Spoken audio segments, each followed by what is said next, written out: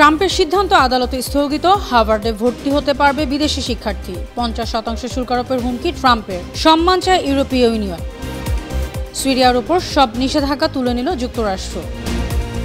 সিন্ধু পানি চুক্তি স্থগিত, সন্ত্রাস বন্ধে পাকিস্তানকে ভারতের কড়া বার্তা জাতিসংঘে। সন্ত্রাসী হামলায় 20,000 ভারতীয় নিহতের দাবি। পাকিস্তানের সঙ্গে যুদ্ধবিরতিতে যুক্তরাষ্ট্রের হাত নেই, জানালো নয়াদিল্লি।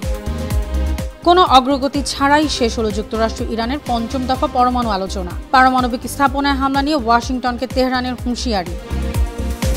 ক্ষমতা ধরে রাখতে যুদ্ধ চালিয়ে যাচ্ছেন নেতানিয়াহু, ইসরায়েলি জরিপের তথ্য।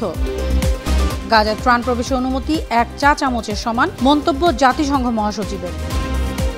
উপত্যকায় ইসরায়েলি হামলায় আরও 76 ফিলিস্তিনি নিহত। সুপ্রিয় দর্শক, এতক্ষণ শুনছিলেন সংবাদ শিরোনাম। উত্তর থেকে দক্ষিণ, পূর্ব থেকে পশ্চিম, বিশ্বজুড়ে প্রতিদিনের এমন বিভিন্ন খবরের বিস্তারিত নিয়ে আমি অনন্যা চৈতি আছি আপনাদের সাথে। হার্ভার্ড বিশ্ববিদ্যালয়ে বিদেশি শিক্ষার্থী ভর্তি বন্ধে মার্কিন প্রেসিডেন্ট ডোনাল্ড ট্রাম্পের সিদ্ধান্ত স্থগিত করেছেন দেশটির একটি ফেডারেল আদালত। ব্রিটিশ বার্তা সংস্থা রয়টার্সের প্রতিবেদনে বলা হয়, স্থানীয় সময় শুক্রবার ম্যাসাচুসেটস জেলার ফেডারেল আদালতের বিচারক অ্যালিসন বুরোস ট্রাম্প প্রশাসনের হার্ভার্ড নীতি সাময়িকভাবে স্থগিত করেন।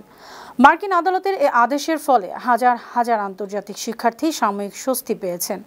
এখন বিদেশি শিক্ষার্থী ভর্তি হতে আর বাধা নেই। ইউরোপীয় ইউনিয়ন থেকে যুক্তরাষ্ট্রে আমদানিকৃত সব পণ্যের উপর 50% হারে শুল্ক আরোপের হুমকি দিয়েছেন মার্কিন প্রেসিডেন্ট ডোনাল্ড ট্রাম্প।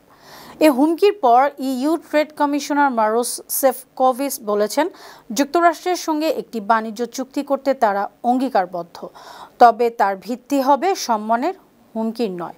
এর আগে তিনি যুক্তরাষ্ট্রের বাণিজ্য প্রতিনিধি জেমসন গ্রির ও বাণিজ্য সচিব হাওয়ার্ড লুটনিকের সঙ্গে দেখা করেন। যুক্তরাষ্ট্রের সরকারের হিসেবে ইউরোপীয় ইউনিয়ন প্রতি বছর আমেরিকায় $600 বিলিয়ন পণ্য রপ্তানি করে। যুক্তরাষ্ট্র থেকে আমদানি করে $370 বিলিয়ন পণ্য। ব্রিটিশ বার্তা সংস্থা রয়টার্স এসব তথ্য জানিয়েছে। সিরিয়ার উপর দীর্ঘমেয়াদী নিষেধাজ্ঞা তুলে নিয়েছে ডোনাল্ড ট্রাম্প প্রশাসন। স্থানীয় সময় শুক্রবার মার্কিন ট্রেজারি বিভাগ এবং স্টেট ডিপার্টমেন্ট নিষেধাজ্ঞা তুলে কয়েকটি পদক্ষেপ গ্রহণ করে। কাতার ভিত্তিক সংবাদ মাধ্যম আল জাজিরা জানিয়েছে, নতুন সিদ্ধান্তের ফলে সিরিয়ায় বেসরকারি খাতে বিনিয়োগের নতুন সুযোগ তৈরি হবে। ট্রেজারি বিভাগের বিবৃতিতে বলা হয়, প্রেসিডেন্ট ট্রাম্পের আমেরিকা ফার্স্ট কৌশলের সঙ্গে সামঞ্জস্য রেখে এই পদক্ষেপ নেওয়া হয়েছে। পাকিস্তানকে সন্ত্রাসবাদের বৈশ্বিক কেন্দ্র হিসেবে আখ্যা দিয়েছেন জাতিসংঘে নিযুক্ত ভারতের স্থায়ী প্রতিনিধি পার্বত নেনি হরিশ। তিনি বলেছেন, পাকিস্তান যতদিন সীমান্ত পারে সন্ত্রাসের সমর্থন দেওয়া বন্ধ না করবে, ততদিন সিন্ধু পানি চুক্তি স্থগিতই থাকবে। জাতিসংঘে ভারতের স্থায়ী এই প্রতিনিধি আরও বলেন, 1960 সালে মৈত্রীর ভিত্তিতে সিন্ধু পানি চুক্তি স্বাক্ষরিত হয়। এরপর পাকিস্তান 3 বার ভারতকে যুদ্ধের মুখোমুখি করেছে। হাজার হাজার সন্ত্রাসী হামলার পেছনে সক্রিয়ভাবে জড়িত থেকেছে। ভারতীয় সংবাদ মাধ্যম এনডিটিভি এসব তথ্য জানিয়েছে। এদিকে গেল 4 দশকে 20,000 ভারতীয় নাগরিক সন্ত্রাসী হামলায় প্রাণ হারিয়েছেন। জাতিসংঘে এমন অভিযোগ করেছেন জাতিসংঘে নিযুক্ত ভারতের স্থায়ী প্রতিনিধি পার্বত নেনি হরিশ। তিনি বলেছেন, নিহতদের দায়ভার পাকিস্তান কোনোভাবেই এড়াতে পারে না। হরিশ আরও বলেন, এরপরও ভারত এতদিন ধৈর্য ও উদারতা দেখিয়েছে। জলবায়ু পরিবর্তন, পরিষ্কার জ্বালানির চাহিদা, নিরাপত্তা হুমকি এবং প্রযুক্তিগত উন্নতির কারণে কিছু বাঁধের কাঠামোগত সংস্কার এখন সময়ের দাবি। অথচ পাকিস্তান এসব সংস্কারের প্রতিবন্ধকতা তৈরি করেছে। কোনো অগ্রগতি ছাড়াই শেষ হয়েছে পরমাণু কর্মসূচি নিয়ে ইরান ও যুক্তরাষ্ট্রের 5ম দফায় আলোচনা। শুক্রবার ইতালির রাজধানী রোমে স্থানীয় সময় দুপুরে ওমানের মধ্যস্থতায় 5ম দফায় আলোচনা হয়।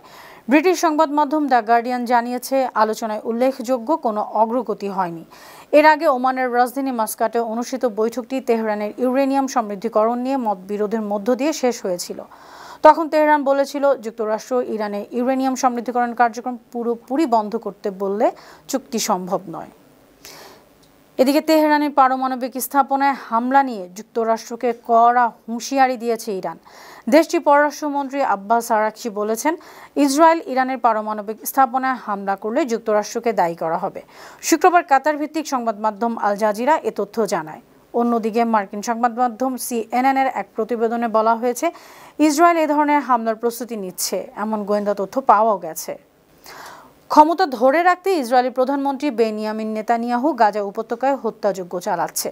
শুক্রবার ইসরায়েলি সংবাদ মাধ্যম ইসরায়েল টাইমসের জরিপে দেখা গেছে বেশিরভাগ ইসরায়েলি মনে করেন প্রধানমন্ত্রী বেনিয়ামিন নেতানিয়াহু যুদ্ধের জয় কিংবা জিম্মিদের মুক্ত করার চেয়ে ক্ষমতা ধরে রাখতেই বেশি আগ্রহী। নেতানিয়াহুর প্রধান লক্ষ্য কি বলে মনে করেন এমন প্রশ্নের জবাবে ৫৫% ইসরায়েলি বলেছেন ক্ষমতায় থাকা, ৩৬% বলেছেন জিম্মিদের ফেরত আনা, আর ৯% বলেছেন তারা নিশ্চিত নন। ইসরায়েল যে মানবিক সহায়তা প্রবেশের অনুমতি দিচ্ছে তা এক চামচের সমান। সহায়তা পৌঁছাতে ইসরায়েল ইচ্ছাকৃতভাবে দেরি করছে।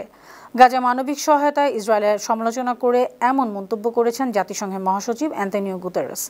স্থানীয় সময় শুক্রবার গাজার মানবিক পরিস্থিতি নিয়ে সাংবাদিকদের এক প্রশ্নের জবাবে তিনি এমন মন্তব্য করেন। জাতিসংঘ মহাসচিব বলেন, গাজার পুরো জনসংখ্যা দুর্ভিক্ষের মুখোমুখি। কেরেম শালোম ক্রসিং দিয়ে প্রায় ৪০০ লরি গাজায় প্রবেশের অনুমতি দেওয়া হয়েছিল, অথচ ত্রাণ বিতরণের জন্য সংগ্রহ করা হয়েছে মাত্র ১১৫টি লরি। এদিকে অবরুদ্ধ গাজা উপত্যকায় ইসরায়েলি বিমান হামলায় গেল ২৪ ঘন্টায় আরও ৭৬ ফিলিস্তিনি নিহত হয়েছেন।